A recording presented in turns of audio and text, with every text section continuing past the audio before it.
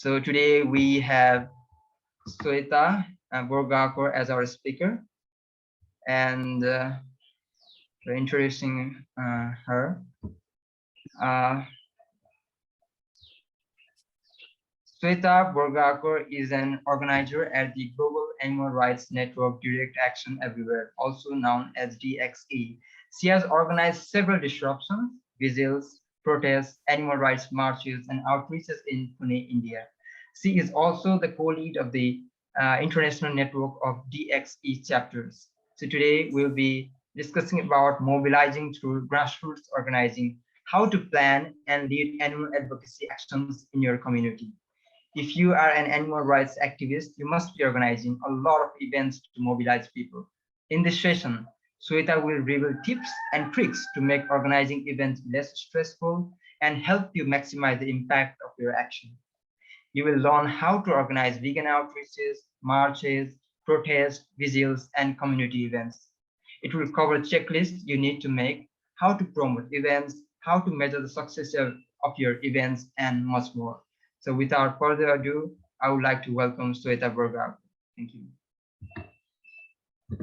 Thank you so much, Rajan, for that introduction. And I'm really excited and grateful to be given this opportunity to do this training. So as Rajan already went through the instructions, you'll be able to ask the questions at the end. Just make sure to be like respectful of everyone's opinion and like don't be rude. And if you didn't understand something what I said, just like put it in the comments, and I'd be happy to like repeat myself, and turn on your camera if possible, so it'll be like an enjoyable learning experience for everyone. Yeah. So today's training is basically divided in two parts. The first one is how to lead a movement, and the second is how to organize actions or events in your activism community. So let's start with the first one, that is how to lead a movement.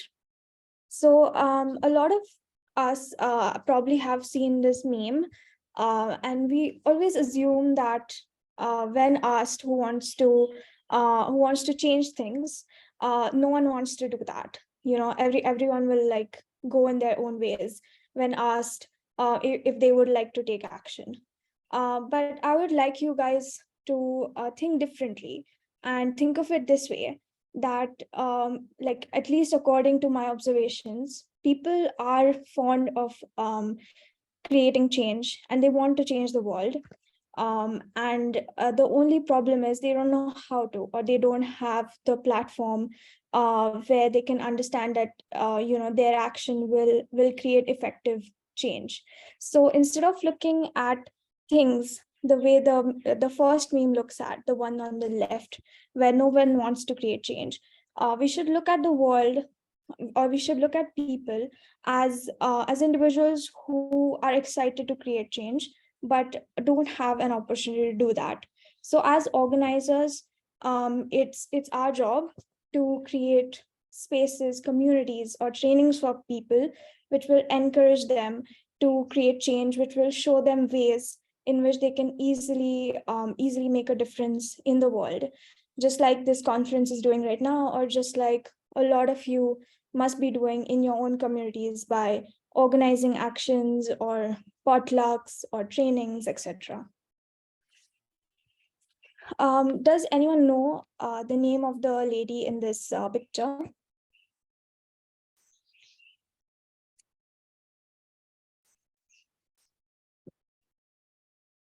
No.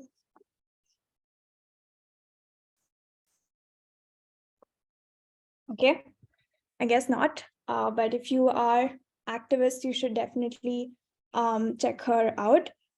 So her name is Emmeline Pancras. She was one of the first women's rights activists, or suffragettes, as they used to call them in the UK.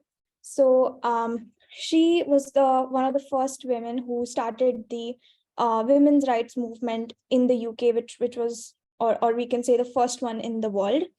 And this is the picture where she after a lot of lobbying, she got one person in the parliament to talk about the women's bill of rights. They did speak about it, but then the entire parliament started laughing about this idea of women having a right to vote. And at that time, she decided that she's not just gonna sit back and she's not just gonna talk about it and write about it, but she's going to take action. And this is a picture from one of their first actions. And at that time they were very hostile with the activists. So this is a picture of her getting arrested for doing a protest for women's rights. But after doing these protests for several years, she or the suffragettes won and they got the women's right to vote. And after that they got several other rights, like the rights of women to have custody of their own children. And it basically had a topple down effect on the entire world. And now we see a lot of countries having giving women the right to vote. Yeah. And this is another example. I believe you guys should know who this person in the middle is. If you guys can put it in the chat.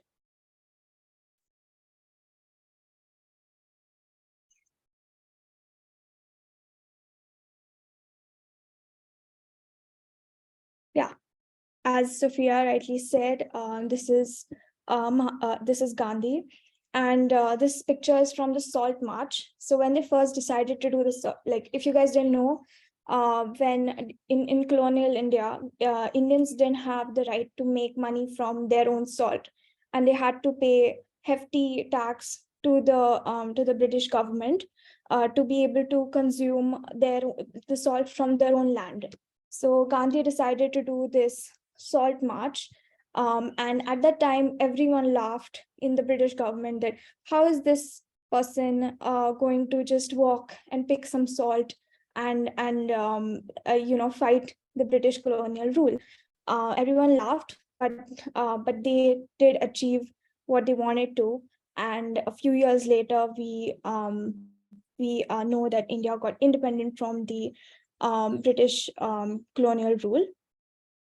So my point being that as activists, we should never lose hope, and no matter what people say to us that animal liberation is not going to happen or whatever, we should never lose hope.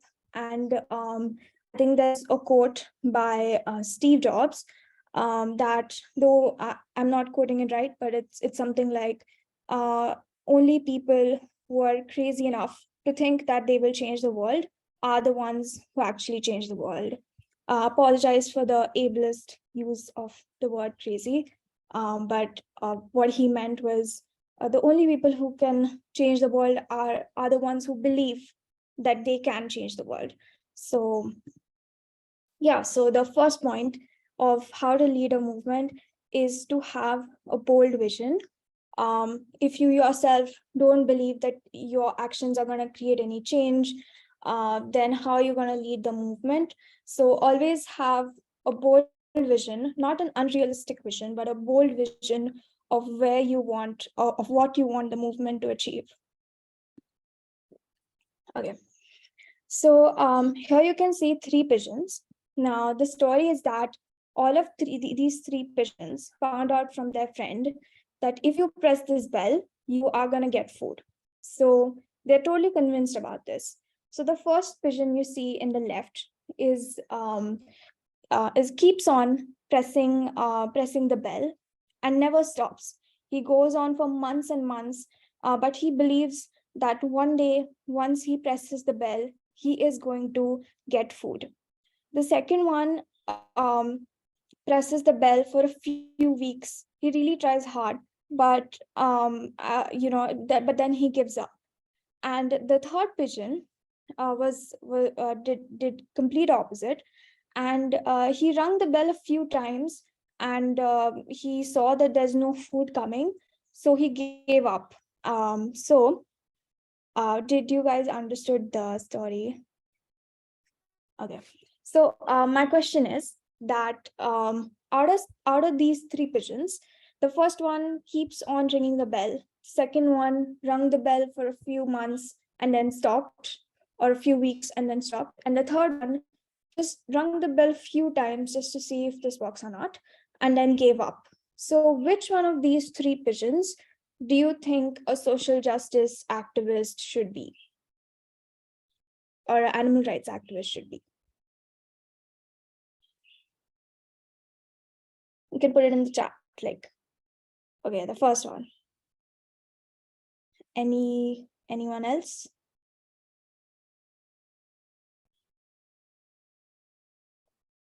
Do says the second.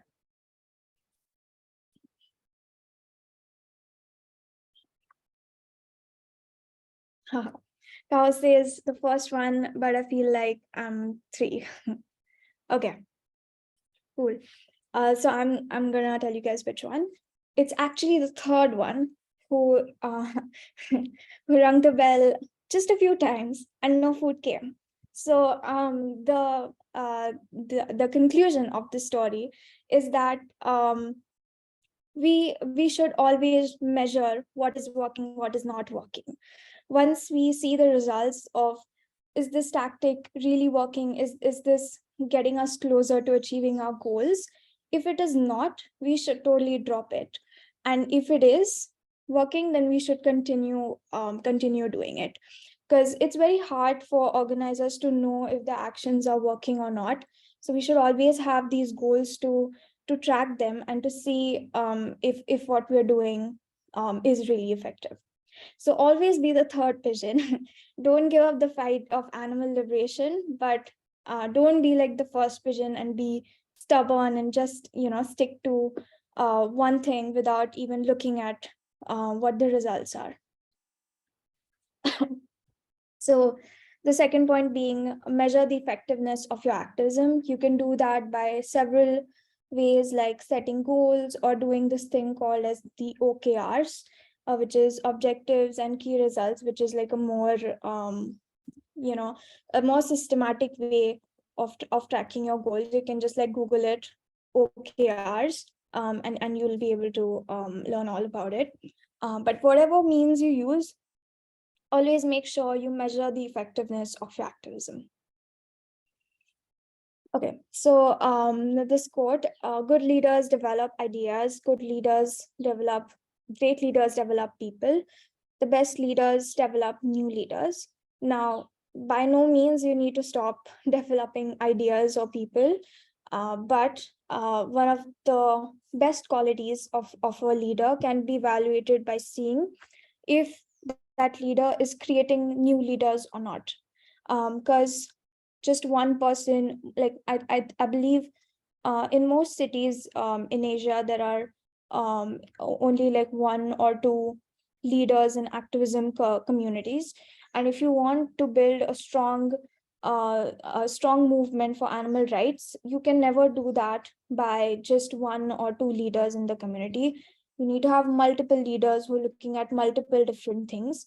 I used to organize for direct action everywhere in Pune, but it closed down like in the pandemic. And one of the reasons why that happened is because I failed to create new leaders, because I was so engrossed in just organizing events and making posters and all of that, that I didn't give enough importance to developing new leaders. So this is one of the most crucial things any of us as activists can do, is building good relationships with people, and teaching them and delegating work to them so that they will also become leaders. So third point is develop leaders, right? And yeah, so this next thing is about radical candor. So if we want our communities to grow and to be better, we need to have a culture of receiving and getting feedback, because that is the only way we're gonna learn. I believe there will be like a feedback form after this training for everyone to see. And what that will do is it'll help the organizers to do better next time. But if you are too scared to point out anything, then what will happen is the organizers will never know where or what they could have done better. And they would not change, or they would not become better organizers. So but how to give feedback is really important. Now this is what is called as the chart of radical candor. So if you see, okay, so if let's say I call out Surajan and say to him, "Oh, Surajan, your fast facilitation was like absolutely terrible, out in the public, in front of everyone, and that's not a good way to give feedback." Because here I didn't care personally about Surajan, because I clearly hurt his feelings by not giving proper feedback and doing that in front of everyone. So that is not caring personally. But I did tell him directly, right? I didn't keep it with myself, which most people do. Most people don't say that to the next person, and they choose silence, which is on the left side of the bar. So what you need to do is give feedback by using radical candor, which is by caring personally and challenging directly. So you don't just keep it to yourself. So instead of saying something rude like that, I can message Surajan personally, or I can call Surajan personally and tell him the points that, hey, these are the things you did really well, and these are the 2 points that I thought that you could improve next time. And if you need my help with doing that, please reach out to me, or something like that. So just putting it very nicely where the other person does not feel threatened, and you clearly show that you care for them, and you also point out where they could do better. So this is something that we need to inculcate in all our animal rights communities. That is called as radical candor, which is caring personally and challenging directly. So this is a book. I would recommend you all to read it. The next thing is consent. So unfortunately, even in animal rights communities, there are a lot of cases where we find sexual abuse, and just unacceptable behavior from activists. So it's very important for us organizers to create safe communities for activists. And a lot of people, unfortunately, still don't understand the idea of consent. A lot of people still think that it's just about yes or no, but it's not. It's way more complicated than that. So as organizers, it is our responsibility that each and every member in our community understands this. And you can do that by showing them trainings or organizing trainings about consent. And if you want one training, you can go to dxe.io/consent video 2021. You can see it in the screen. And there's a training by Kitty Jones about what consent is, etc. So I would really request all organizers here or activists here to do a consent training in your community. It's very super important. So that was our fourth point, which is creating safe and happy communities. Okay. And we come to our last point, which is we will. Okay. So this is like a meme. I don't know if you guys watched the series We Crashed, but it was just about these two entrepreneurs, and they just really casually use the words, "We will change the world." So that's why I put it here. So just wanted to tell you guys a story. So there was a boy who met this woman, and he said to this woman that he really wants to. He's going to change the world. He was very confident that he's going to change the world. And the woman said, "Well, at what time do you wake up?" And he said something like noon. And then he met that woman again after a few months. She asked him the same question: "What time do you wake up?" And he said like noon. But he's trying to change that, and he's trying to wake up early. And then after a few years, he met that woman again, and she asked him the same questions. Hey, I remember you said that you were trying to wake up early for your, activism work. Are you doing that? And he said, no, he's not doing that. So the moral of the story being is not about waking up early at all. You can wake up late. But the moral of the story being that if you want to change the world, you should be able to change yourself first, right? Because otherwise you're never going to be able to change the world. And here's why. So the image on the right, you can see this is a this diagram is called as the Gandhian iceberg. And the top part that you see, where which is in human sight, is where you see the protests, the big victories, everything. That's like the top part of the iceberg, which is very tiny. But below, where I think the iceberg below is at least like 4 or 5 times larger than the top portion, where you can see there is self transformation and transformation of the community. So if you want the top part to happen, if you want the world to change, if you want large victories to happen, it all comes down, like the core of it is self transformation. And once there's self transformation, which is you changing yourself and you developing new skills.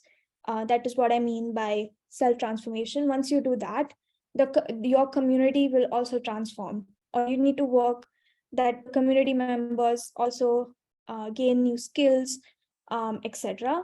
And once that happens, when you as the community transforms, that is when the world will transform. So yeah, those were my 5 points on how to lead a movement. Is to have bold vision, measure the effectiveness of your activism, develop new leaders, create safe and happy communities, and change yourself if you want to change the world. Now we're going to go to the second part of the training, which is how to organize activism events. So the first question is, why should I organize? Why can't I just show up at the event with some, with some posters and or with some leaflets and just do activism? Why do I need to organize from beforehand? So so one of the answers to that question is, in my opinion, this quote by Martin Luther King. He says that those who love peace must learn to organize as effectively as those who love war. So, as animal rights activists, like who we are competing with, or who we are, I guess, against in a way, is the animal agriculture industry, which is $1 billion industry, I guess, or trillion, I don't know, $1 billion industry, um, who who has really good organization with like so many multinational companies, CEOs, CFOs, whatnot. So they have a great organizational management system. And if we want to beat them, we have to be as organized as they are, if not more organized and strategic than them.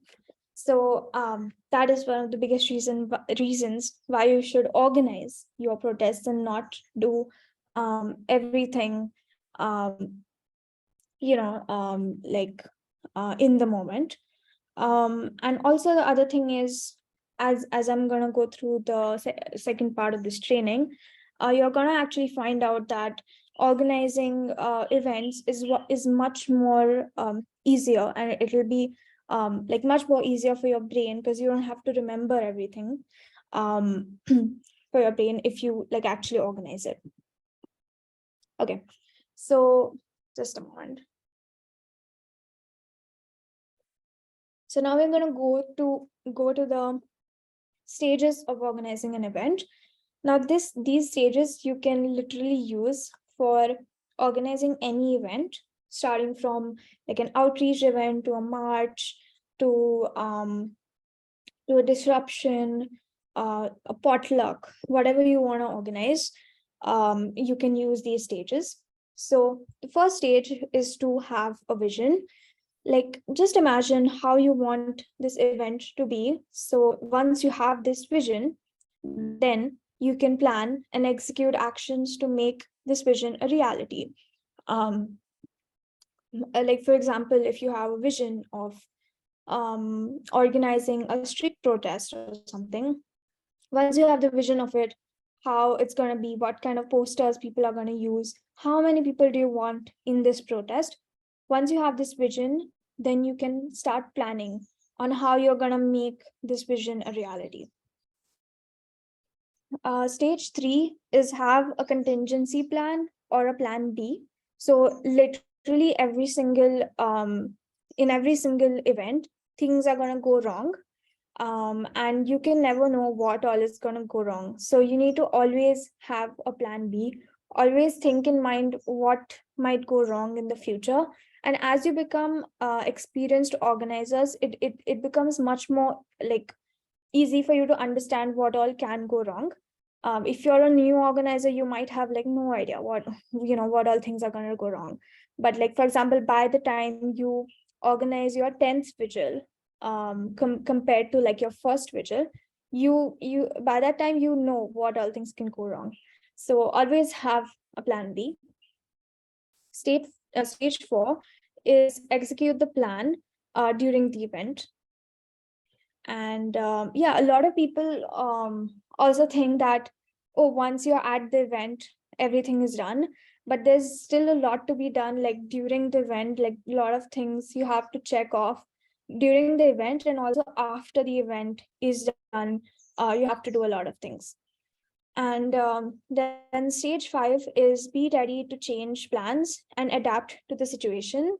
This pretty much happens for any event where something's going to go wrong, and you have to think in the moment and to like change your plan. So be ready to like adapt to things. And stage 6 is to evaluate your success. This is, I think, one of the most important stages, because we usually organize an event and then we are like, oh, this is done. But actually your work is not done. You need to send the feedback form, or you need to get feedback from people, and you need to actually check that whatever you were trying to achieve in this event, were you able to achieve it or not, where you went wrong, where you went right. And that is the only way you are gonna be better as an organizer. So these were the 6 stages. Now we're gonna come to steps of organizing activism event. Now I'm gonna go through like the steps of organizing like a protest. But this is roughly, this is something you can use for organizing any event. You can add in steps if it's a more complicated event. If it's a simpler event, you can strike off some of the steps that I'm gonna be saying. Now, how many of you all have to pack for your vacation or something, and it's complete chaos because you have to pack like 100 different things, and you are too stressed that will you pack everything, will you forget some things, or even after you have left the house, you are just too stressed about, oh, did I forget something that I had to keep. Is that something you have experienced?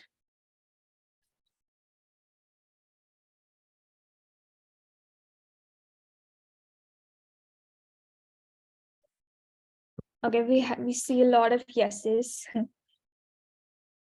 Okay, so there's like a simple trick to avoid this whole thing, is by just simply using a checklist, is by jotting down every single thing that is there in your mind that you might need for your trip. Or nowadays you can even use like checklists that are like pre-made in on the internet, and have this checklist and check everything off as you put it in your bag. And then once you leave your house, you have absolutely no stress about whether you're forgetting something or you're not forgetting something. So a checklist is something that's going to reduce a lot of your stress. And a checklist is used by doctors, it is used by pilots. Like, I don't know if you guys have ever seen like movies about like flights crashing and stuff. Like even in emergency situations, pilots and all are asked to use a checklist so that they don't forget anything, because human brain is not really designed to remember everything, unless you are like gifted with photographic memory or something like that. But otherwise it's not designed to remember everything. We cannot do that. So from like doctors, pilots, everyone in the world uses checklists, and so do animal rights activists need to do. So if you want a pre-made checklist, you can go to dxc.io/checklist, where you're going to find a huge checklist which is made for a disruption, but you can cancel out some of the things or add in some of the things that you need as per the like the event that you're going to organize. Okay, so the first step while organizing any event is to make a project plan. Project plan is similar to is basically a bunch of checklists together. So when you're organizing a bigger event or a more complicated event, you can't just do with one checklist. You have to categorize that checklist into different parts, which is one sheet or checklist can be about all the tasks that you need to do. The second one can be your roles. Then third one can be about all the materials that you're going to need. The fourth one can be about promotions. And you can do like several more, like what a list of all the goals you want to achieve. Or if you're doing a march or something, then you need to have a schedule of how you want things to be, when you want to start the march, when you want to end it, when someone starts a speak out, when we are going to all disperse and leave the area, etc. So you might need one for a schedule as well. So this is something you can easily make in. Is there too much background noise right now? No? Okay, cool. Yeah, so you can make this on Google Sheets, and Google Sheets are really easy to like share with other organizers as well. And or you can use Notion or Excel or like whatever, like even pen and paper if you're like into that. Okay. So these are some of the things you need to do before the event. That is, start organizing at least 10 days from before. Now, this is like the least, but I would recommend you guys to start organizing at least 1 month before, because it takes a lot of time, especially the promotions part, to promote the event. So start as early as possible. The next is assign a marshal or a lead organizer. Let's say there are 4 or 5 people who are going to organize an action, um, but all of them think that the other one is going to do is going to do the job, and because of that no one ends up doing it, and no one owns the tasks. So it is really important to have one person who is going to be in charge or owner of the event, to make sure that things happen. Then pair an experienced organizer with a new organizer. So as I mentioned before, it is really important to develop leaders, and one way to do that is by pairing an experienced organizer with a new organizer, because the new organizer probably doesn't know how to organize events. So what the experienced organizer can do is they can teach this new organizer how to organize an event, and see whether this new organizer can do things or not. So it's always best to do that. um, yeah, and determine the objective and measurable goal of the event. As I said before, we don't want to be the pigeon who keeps on ringing the bell, even if it doesn't work. We want to be the smart one. So always have objectives and goals for your event, so that you will be able to see whether this event was effective or not, or whether this style of promotion or this style of organizing was effective or not. So I've written a few goals here. just as an example. So let's say you're organizing a protest. Your goals can be to mobilize 7 activists. 5 of those can be old activists, 2 of those can be new activists, and your social media goal is 10K views on your Facebook live stream. So you can have all kinds of goals like press attention, or so other like social media related goals. You can have all kinds of goals, but don't have a lot of them. Just stick to like 1 or 2. Okay. So the next is to determine the action plan. So action plan is basically what are people going to do, where they are going to stand, they are going to be standing, what this okay, sorry, yeah, what this action is all about. So to make an action plan, ask yourself all of these questions: what you want to achieve with this, um, what you're going to be speaking about, etc. And watch the entire action in your head as if it is a video. So when doing that, you will be able to understand a lot of things that you might not have considered before, because it's almost like being in that action. If you really try to watch it in detail, and you'll be able to understand things like, oh, we are meeting in this position, in this place for like 1 or 2 hours. But then when you watch it in your head, you'll understand, oh, there are like no chairs for people to sit, or there's no water from where people can drink water or something. So when you watch these things in your head, you will be able to understand a lot of things, a lot of like mistakes that you can avoid, basically. um yeah, and consider developing multiple plans, especially if you're doing like a protest or something. Then this is really important. And yeah, think about what all can go wrong and come up with solutions for that beforehand. So like something even better than watching the action in your head is by actually doing a mock action.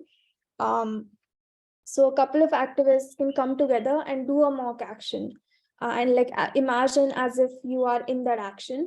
And that is also something that will help you come up with all the things that can potentially go wrong, and you can come up with solutions to that from beforehand. Okay, so the next is scouting the location. Scouting the location is basically going in that location and checking if the location is good or not. Like if you're organizing a training or something, then you will go to the venue and you will go there and see how many people does this accommodate. Is there a good sound system in that place? Is there too much background noise, so which because of which people might not be able to speak? Is there way too much crowd or something, because of which people won't even be able to stand? Because that happens sometimes during outreach events, that we choose a place, and then when we go there, like it's complete like chaos, and activists can't even like stand and do outreach. Or the opposite might happen. You might go to a location and there's absolutely no one there to do outreach with. It's a completely like deserted road or something like that. So you don't want that either. So the best way to avoid that is to actually go to the location to see how things are. And I would recommend you guys to scout the location during the same time and same day you are going to do your event in. For example, if you're going to do your outreach on a Sunday evening, scout the location a week before or 2 weeks before on a Sunday evening, so that you'll be able to see how the crowd is and all of that, right? Check the network there if you are going to live stream something. And if you're going to do a protest or something, usually a briefing location or a debriefing location, like they all and the place you do a protest in, they're different. So in that case, you need to also scout the briefing location and the route that you're going to take. This also applies for any community event, or especially a march. If you're organizing march, you definitely need to scout the place, because you need to check the road traffic, and a lot of other things. The next thing is deciding the time and location. Now you have scouted the place, you know what your action is, you know what you want, you know what your goal is. You need to now decide the time and location of your event. So check the calendar to make sure that your event does not overlap with any other animal rights event or some major political event that is happening, because you don't want people to choose between two events. Instead, like, choose a date where there's no other event happening. Also check the weather, because you never know when it's going to rain or something like that. So it's always best to check the weather.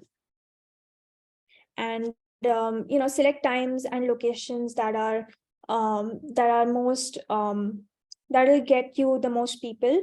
So for example, if you are organizing something on one extreme side of the city, not many people are going to be able to travel there. But instead, if you organize it, let's say somewhere in the central parts of the city, where there's good public transport connection, where there's good road connection, etc., then a lot of people can come for that event. So keep all of those things in mind while choosing the time, location, and date. The next thing you should need to start doing once you have all of these things finalized is promotions. For that, you need to make an event page, or I don't know nowadays if people use Facebook that much or not. But otherwise, you can make it on Instagram or WhatsApp or whatever other like social media stuff that you guys use. So think of a short and catchy, title, and always get feedback from others from this. As I said before, the more feedback, the better, because sometimes in our head we see things in a way, and the same might not apply for a lot of other people. So especially when it comes to titles and posters and stuff, always get feedback from people. Make something that catches people's eyes. And a poster is basically a preview of what your event is going to be. So if your event is going to be like an amazing vegan potluck party, you probably want to use colors that reflect that. You don't want black or something pale that's going to give really like sad vibes for like a potluck poster. But if you are organizing something serious, like, for example, like a funeral for the animals, you don't want to use like a really bright pink or something to do that. So always make sure your poster reflects what you are trying to say, um, uh, reflects what your event is going to be like. Yeah, and another point is always use things like the biggest or grand or things like that, because people tend to come at events where they feel like a lot of people are going to come, right? Like, so make sure the poster gives out this vibe that it's going to be like the event of the month. So make sure you create that kind of vibe. Okay, next thing is assigning roles. Now I want people to put it in the chat. For example, if you are organizing an outreach, what all roles are you going to require?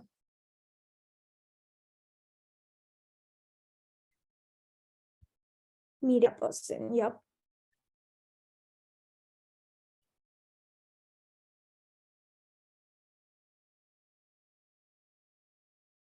I'll just repeat once. If you're organizing an outreach in the city, what all roles are you going to require?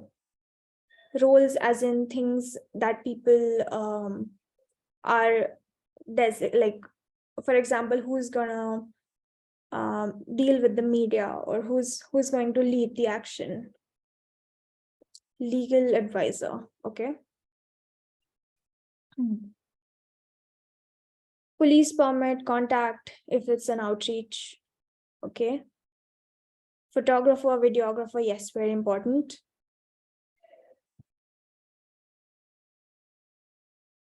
Yes. Having medics, yes, it's super important, especially if it's a march or something like that. Then definitely 2 3 people are gonna faint. So it's really important you have someone with like first aid training. Anything else? I'm just gonna wait for 10 more seconds. Public engagement. Yep. Transportation coordinator, driver. Yeah, it's cool award for a driver, transportation coordinator. Scouting the location. Yes, you need someone who's going to scout the location. Overall coordinator. Yep. Awesome. You guys gave a lot of great examples. So I'm just going to go through like a few roles. So when you imagine this action, you're also going to imagine what all people you're going to need, what all roles you're going to require. Like for example, Kaho rightly said that we are going to need, first aid people. So yeah, if you imagine the action, imagine everything that's going to go wrong. You should be able to realize that you're going to need like first aid people. So I'm going to go through some of the roles. You need a marshal. A marshal is someone who is the leader of the action. A lot of times there's conflicts. There's a lot of things where you need someone to take a decision. And it becomes a chaos when you don't have that one person, because a lot of people are opinionistic or high tempered or whatever. So it's really important that you assign a marshal, and you mentioned this beforehand that, for example, X person is going to be the marshal, and for this action they are going to lead it. Whatever they say, like whatever decision they take, we're going to accept it. So it's important you have that. You need a photographer. So I have put it in the brackets as activists, because sometimes if you're doing a vigil or something like that, you might need two photographers. One photographer who's going to focus on the animals, and then the other one who's going to focus on taking pictures of activists. You need videographers, police liaison. So a couple of times it has happened that like we were protesting outside the store, and the manager came out because he was clearly unhappy with us protesting outside. And some activists from our group started speaking to them, and that person was like really like a short tempered person, not the best communicator. And what that ended up happening, what they ended up doing is really like escalating the situation, way more than it was. So for those things, you need to assign someone who's like calm and who can speak properly, as being the police or manager liaison. So if the police come asking questions, or if the manager comes, then you have this person who is assigned, and no one else apart from these two people are supposed to speak to them. uh, then you need to have the briefing and debriefing person. Ideally the marshal should do this. So briefing is something where you explain about what today's action is going to be like, why we are here, what the roles are. X person is going to do photos, Y person is going to do street marshalling, etc. Then the entire action plan, and also go through things like non-violence and what kind of behavior you expect from activists. And then you ask them whether they're clear about this, so everyone is in the same page, and then you do the action or whatever event that you are planning. And the same thing with debriefing. So after the action is over, the marshal needs to talk about what all happened, was it effective or not, and thank people who are new or who took upon roles, and just try to frame the whole thing positively, even if things went wrong. And yeah, and maybe promote the future events, etc. So you need to have the briefing and debriefing person, which is very important. Live streamer, if you're planning to do that. Someone who takes attendance.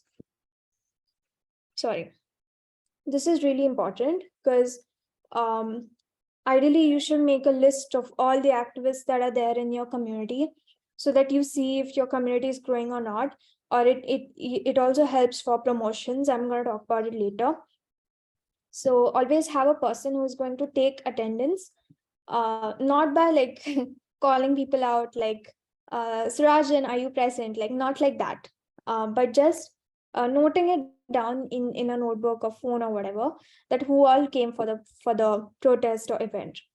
And you also need a person who's going to do post action video or photo editing posting, because a lot of times it happens we take pictures, we take videos, and no one posts it on social media because everyone forgets about it, or they are tired of the after the event or whatever, and gets postponed, and for weeks after the event there's nothing on social media. So always have a person who is assigned with this task of uploading the photos right after the event or just like a day after the event. And as you can see on the right, I have made, this is one of the checklists from the project plan, where we have a list of all the roles and the people who are assigned to those roles, so that you know who is exactly going to do what. And then there's confirmed and reconfirmed. So this confirmed is something you need to ask 2 weeks, or the latest 1 week before, if they are okay with having this role, and whether they are trained to have this role. um, so some people might need training with something like police liaison or how to do live streams or something like that. So you need to make sure that they're trained to do it.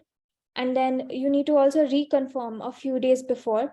A lot of times what happens is they confirm it, and then 1 or 2 days before they've forgotten about it, or some plans have changed. So you need to call them or message them again and reconfirm that they are going to come and they're going to fulfill their roles. Materials.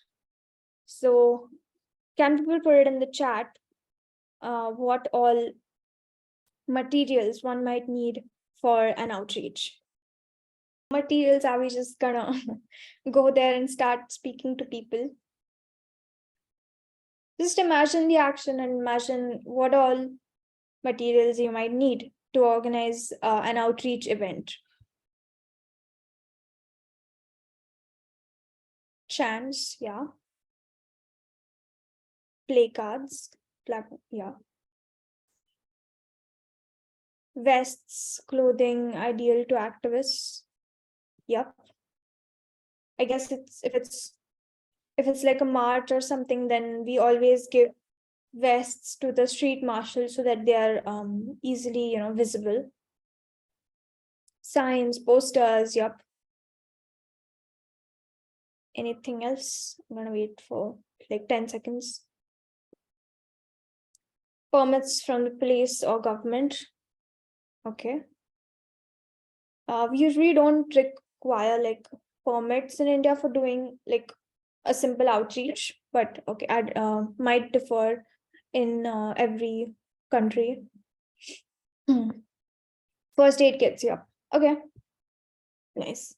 So yeah, so you might need all kinds of materials depending on what action you're planning.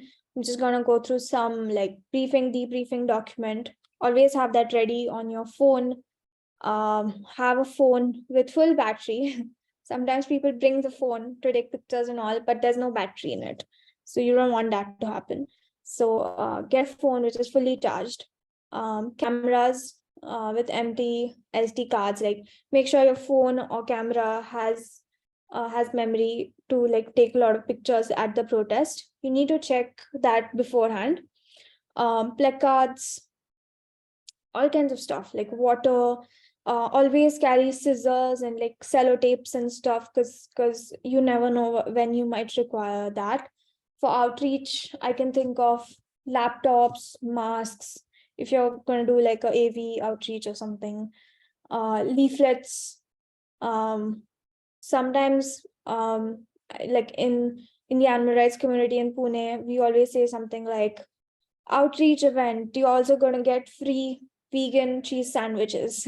So a lot of people come just to eat those sandwiches. So if that's the case, then some of the materials can also be like food and cheese sandwiches or something. Yeah. And similar to roles, now here you need to have a person who is assigned to bring that material.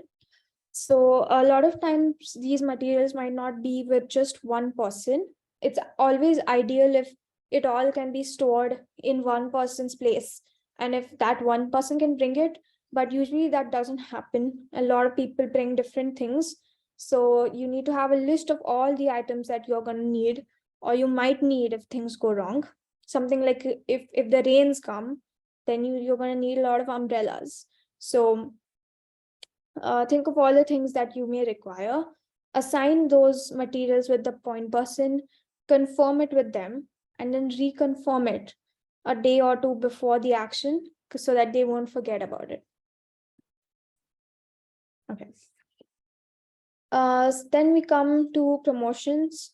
Have a list for promotions as well. So promotions is something that takes the most amount of time in organizing any event. So make sure you start that as soon as possible. And so as you organize more and more events, you will understand what all promotions work, what all doesn't work. There's no like one formula that's going to work in all animal rights communities across the world. So it's all about like trial and error. You'll understand as you organize actions. Have a promotion plan. So promotion plans you can see in this image is where I've listed the names of all the potential activists or already existing activists in the community, their number, and then whether I've called or messaged them or not, because there might be well over 50 people in your community. And how are you going to remember if you have asked them or not? It's very hard to remember all of that. So don't even try to remember it, just put it down in a checklist. So you have their number in front, right in front of you. You have what they have said, like their response. Are they going to come? Are they not going to come? And also, if you have a lot of activists in your community, one organizer cannot call all of them, right? So you can assign people to do that. So here you can see in the extreme right row, I have written assigned to. So Shweta, that is me, I am going to call Anurag and Ashwini and see if they're going to come to this event or not. And then my friend who is in blue, Kushpreet, she's going to call Amit and see if he's going to come or not. So I don't have to call everyone, right? So you can do that. Always have creative ideas for promotions. As I mentioned before, add something like we're going to hang out after the event or something. Anything that's gonna make people feel interested in the event. And ask others for help and start as early as possible, because let's say if I messaged you today that hey, tomorrow this outreach is happening, are you coming? What impression is that going to give you? The impression that you're going to get is, oh, she's just organizing it a day before. That means it's not really like an important event, since she's asking me like a day before. But if I ask you 1 month before that, hey, just to let you know, I'm organizing this event 1 month later, you're gonna instantly get this idea that, oh, so this is like a major event that is happening. It's important. So yeah, so that's another reason why you need to start as early as possible. And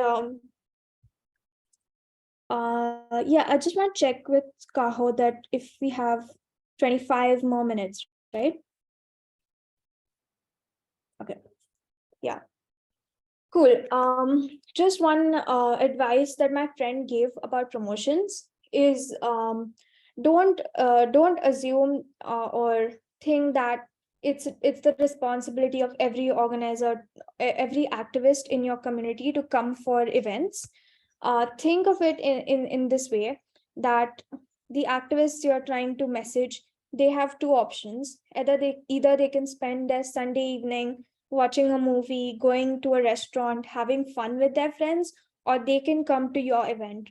So you need to convince them that by them choosing to come for your activism event, they are going to have fun and they are going to create substantial impact by coming to that event. So that is what you need to convince them of. So don't ever have that attitude that, oh, it's like a duty to come or something. Just don't have that attitude. Think of it something like you have to convince them to come to your event instead of doing something else. Okay, so yeah, as much as you have to do things before the event, a lot of it you also have to do during the event. So as an organizer, you should always set an example. So come 15 minutes early. If you're organizer or like the marshal of this action, you should never come late, because then that's what everyone else will do. So make sure you come on time. Do the briefing, as I mentioned before. It's going to include everything that you're going to be doing, roles, non-violence, etc., and make sure people understand there's clear communication. Because if you speak, let's say, in some language or in a way that people don't understand, then there's no use of that briefing. So make sure you use simple language and speak in a way that everyone is going to understand. Now, as a marshal, you should never be, looking at your phone or scrolling through Instagram as the action is happening. You always need to have situational awareness of what is happening around you. You should never be distracted, or you are speaking with someone for too long, because you need to be aware of, is there any conflict happening? Are people doing their jobs? Are they standing properly? It's your job to do that. So always have situational awareness, have patience. A lot of things go wrong in the end moment, as I said before. So don't ever lose your temper, because that looks very bad. Always have patience with people and speak with everyone respectfully. And you also need to have the skill of de-escalation. If there's a conflict happening between two activists, or an activist manager, or activist and some random person that they were speaking to, you should be able to quickly intervene and de-escalate that situation, so no one gets hurt and nothing wrong happens. Okay, next thing is live streaming. Now, 2 years ago, it was like quite a thing. Everyone used to live stream the events. I don't know how much of a thing it is now, but I know a lot of media outlets still prefer like a live streamed video over something that is edited. So you might still require to do live streaming. So these are just some things about live streaming. Make sure you check your network and data from beforehand, because in a lot of places, like, there's no network or whatever, and then you cannot do live streams. So that's always a bummer. So check those things in advance. Live streaming also eats up a lot of data, so make sure you have a lot of like data plans in your internet. Charge your phone. It also eats a lot of battery. So charge your phone or have like a separate battery. Have an eye-catching caption from beforehand, and write down all the talking points of the action, because in the live stream you have to kind of continuously keep on speaking or continuously try to explain what is happening. It's very similar to what reporters do on the television, like live reporters. So make sure you have all these talking points and have call to action. So call to actions can be something like, if you're watching this right now, make sure to share this video. Or if you're watching this right now, go to our petition right now and sign it, or something like that. So have some call to actions, and you can make a live stream plan wherein you can jot all of these things down, what all talking points you're going to have, what all call to actions you're going to have, etc., and practice it. Yeah, and then after the event, your work as an organizer is still not over. You need to collect all the materials and make sure they go in the right places. Like let's say placards or whatever, you might like misplace them, and a lot of times it has happened that we have no idea with whom the placards are, and no idea, people have no idea where things have gone. So make sure the materials are collected, they go to the right people. Do the debriefing. A lot of times things go wrong, like someone forgets their speak out or something like that happens. Things, or let's say you're during the live streaming, something happened, technical problem, and there you don't have any live stream, or you don't have any pictures or something like that. So whatever negative stuff has happened, try to frame it in a positive way at the end, so that people go home feeling like they have done something to help the animals, and they're convinced to come again. um, Make announcement about the upcoming events. This is the best time to start promotions for your next event. Hang out and socialize. As I said before, it is really important to develop leaders, and you're not going to have a strong community if the people in that community are not friends with each other. So so make sure you hang out in a restaurant or something like that afterwards, and post all of the photos, tag everyone, because people like it when they are appreciated socially, and when they have pictures of themselves to post and stuff. Yeah, send out a survey so you get good feedback from everyone, and then you know how to improve. um, yeah, do an organizer's debrief. Let's say there are two organizers of this event, you need to come together in a call or something and discuss everything that went right, everything that went wrong. Discuss the feedback that you received on the survey, and that's how you're going to improve as an activist. And we come to the end of the training, and like here are like the top three tips that I have, that I think are going to help you the most with organizing. The first is don't procrastinate, because it feels like there's nothing much to do to organize the event, but once you start doing, you will realize that there's a lot of tasks to do, and you don't want to keep them at the end moment.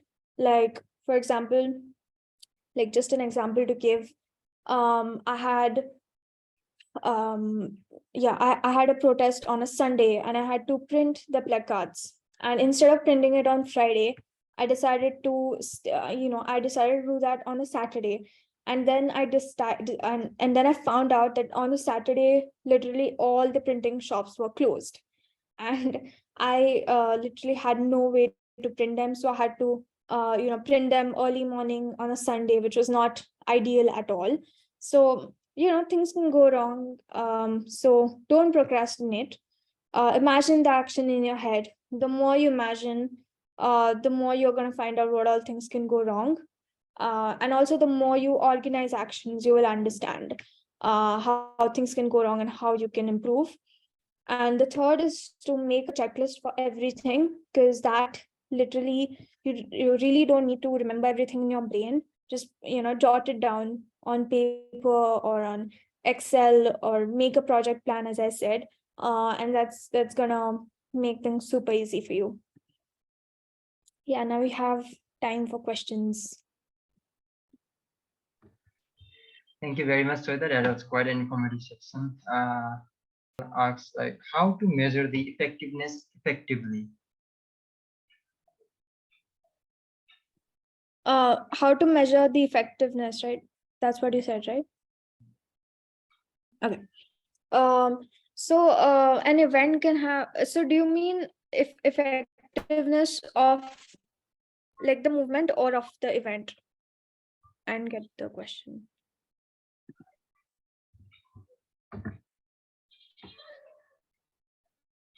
Okay, I can, sorry, go ahead. I think it's of the event, as we are Okay. discussing. Okay, so yeah, an event can have all kinds of objectives. So first you need to finalize your objective. Is the objective just media attention? I think if you take the example of a lot of PETA protests, their main objective is to get a lot of media attention. So they don't focus that much on outreach, or usually there are just like 2 or 3 activists that are doing the protest. That means their objective is not even mobilizing a lot of people, but their objective is clearly media attention, because of which they focus a lot on what the activists are wearing or the posters that they are holding, etc. Or it can be purely social media. um, so in that case, so your first priority is having a good photographer and all of that. And then at that time you won't care as much um, about how many activists have come or whatever. So I remember um, we're going to organize a march for dogs, and our main goal was to mobilize a lot of activists for that dog march, and then kind of do leafleting about veganism and stuff, so they will be able to learn about that. So you can have all kinds of objectives for your event, and as per the objectives are, then you can have measurable goals, like you want to mobilize 10 activists, so you want 10 press hits, whatever, like. Thank you, Shweta, for that beautiful answer. And we have another question from Kaho. So she asks, like, central location attracts more people, but from what we heard from local advocates in many parts of Asia, there is also a gap between the cities and rural areas. Rural areas have less activity, less resources, and people. How can we make sure there are also events happening in rural areas? Yeah, that's a great question. I think most animal rights communities are all that I know of are all in the city. So I know like some activists who try to do outreach programs or organize lectures in rural areas, which I think is super important, because I don't know about other cities, but in India, over 70% of the population lives in rural India. So yeah, it's really important for us to focus on that as well. But I don't have um a direct answer to what we can do to start like activism in rural India or in rural Asia. Thank you, Shweta. So I think that's much question we have got till now. So if anyone has more questions, oh, okay, another one. So questions from Han. Can you share tips about conflict resolution during events? Yeah. The first thing, as I said, is briefing. Uh, Most animal rights like communities don't do briefing, and it is really important even if you are doing an outreach or something. Where so briefing is something you do before the action, even before you start doing outreach, where you clearly state that we are all like non-violent, and we're not going to be violent in action, tone, mm, or I think there's one more, action, tone, or word, I think. Like if you go to dxc.io/checklist, you'll also find like a ready-made briefing there which you can refer to. So one thing is briefing, and then other thing is, if you see people who are creating conflicts again and again, then unfortunately you have to like confront them and tell them that, hey, if this is like a behavior that you are not going to be able to improve, then unfortunately, we're going to have to ask you to not attend our events. Yeah. Thank you, Shweta.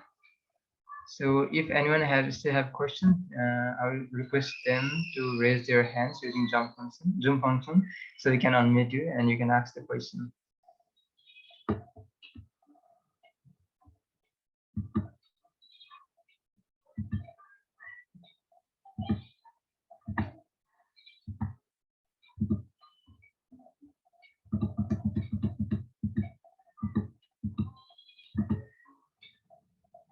So I think think I will take it as the end of the questions for you.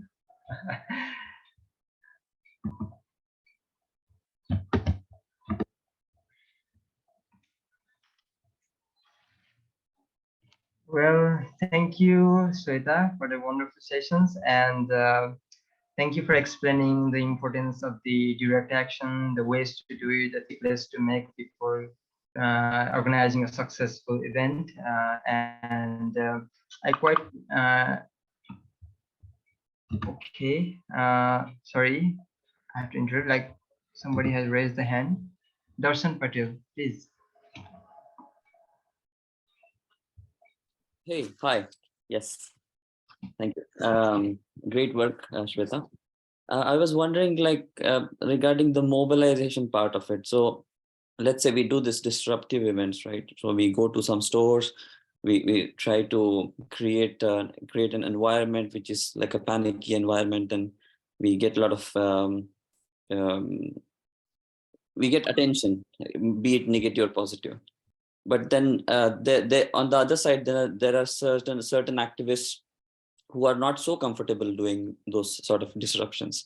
So how do we convince these activists to be able to like come with us and do this kind of disruptions and to really mobilize them more effectively? So some experience or some thoughts around it, that would be really great. Yeah. So like firstly, yeah, always, like whenever you're doing any kind of high risk actions, you need to always keep in mind the risk and benefit of that action. If the risk is too much for too little, benefit, you probably should not be doing that. So for each person, like priorities are different. For example, here in Pune, a lot of the activists were students who couldn't really tell their parents that they are, doing disruptions, because then they won't let them go for protests and events and all that. So, so for them, they cannot take the risk of like getting arrested or something like that. So, always like talk to the members in your community. First thing is, make sure they understand the importance of direct action and the impact that you guys are creating. So make sure there's clear communication on that. I believe there was like a civil disobedience training that was organized in Sweden recently. So by Love. Um, so events like those can really help people understand the importance of it.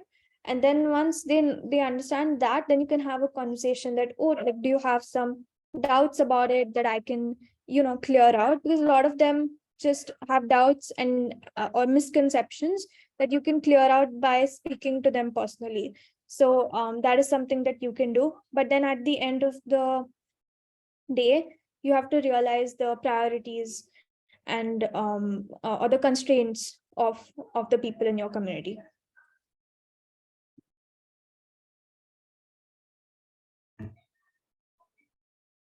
Any more questions?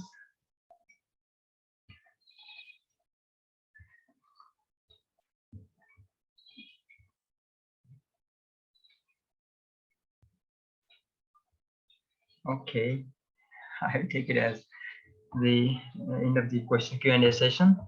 And yeah, as I was getting like the okay, again, Marisa Izailovic. Maria, please. Hello. So I have a question in regard to how we need to conceptualize the goal of the particular activity in regard to the context of the background, the context of the city or the particular uh, event that we are doing. I mean, the context of the place where the activity is happening. So how do we need to be aware of the situation that we are in and how we can increase such awareness within the organizers in order to make the event successful within all the points that we have listened today. Thank you. Yeah, thanks for that question. So like organizers need to be highly like um aware of what all things are going on around them, like in their city or in their country. Like for example, in India, if I do a protest saying ban meat, that's gonna have a very different very different reaction from the people because of its political context. Because yeah, there's too much political context for me to get into that. It'll become like a sign of um me trying to start some kind of communal hatred or communal conflict between religions. So I cannot do that. But then activists in, for example, Berkeley, they used to have a campaign called like ban meat in Berkeley, which is something you can't just copy paste. I can't do ban meat in Pune.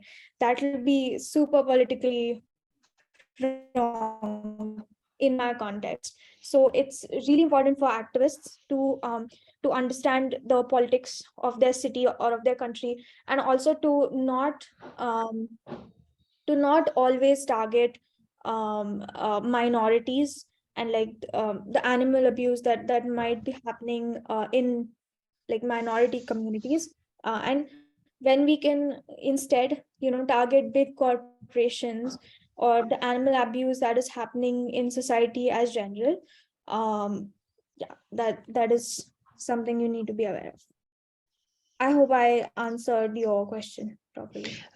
Yes, I was in India because I do environmental research with animal advocacy and including some other research connected to animals and glaciers in Himalayas, in the high latitudes. So when I was in India, there was a city where I just bumped into because I used the public transport to kind of get my ethnographic work going. I bumped into the city that was only selling meat. That was very shocking to me to see as an outsider and first time being in India. So in regard to these kind of things that happen in other not capital cities, do you see some pattern in like I consider it in regard to my country, where is the best to organize and raise the public awareness and target the audience, target the event? Um, is it better to organize in the capital, or do you see that there is some political ecology behind organizing the protest in the capital, or is it better to kind of phase it off to other places, not only the capital? Maybe the question is too long, it has many questions within it, but just like if you can summarize, I would be grateful. Thank you. Yeah, yeah, where to organize protests or actions is also like a really important like question. Like in India there might be like cities that are more that are eating animals more than other cities. So will it be effective to do more activism and concentrate activism in that city, or will it be better to organize a protest in a city that is more liberal or that is more economically like better off, so that so that maybe like in that city we might see better results. So I like, and then I can give you like an example of like, for example, Berkeley, where they have this campaign of move to Berkeley, where DXC is encouraging activists from around the world to move to Berkeley, because their goal is to have a lot of activists in one city and then pass bills in that one city, and then like in the US, at least we see that when bills are passed in one city, it creates like this trickle down effect, and then it is easier to pass those same bills in other cities. Same thing happened with the fur ban. It was, I think, banned in Berkeley, Los Angeles, then it got banned in the entire state of California, I think, and then Denver, and right now, I think few weeks ago, it got banned in Massachusetts, like Cambridge, Massachusetts, I guess. So yeah, you can have like all kinds of strategies. The thing is, we don't have enough data right now for me to say that it's better to do protests in rural India or urban India, or this city, or should we be doing activism all throughout the country, or better to focus it in one city itself. So yeah, I cannot answer that question right now, uh, because we clearly don't have that kind of data. Thank you, Shweta. Like this could be the this should be the last question already, and now like yeah, and continuing my little bit comment on your session, like overall the session was very good and it was very insightful with the importance of direct action and the ways to do it and checklist and what or how the leaders have done in the past for the world. We are experiencing right now as a part of example of taking the lead for something that they believe in. And overall, it was very good, and especially the importance of feedback form, to get the feedback and change the thing. And yeah, thank you very much, Shweta, for all those presentation and the insightful information as well.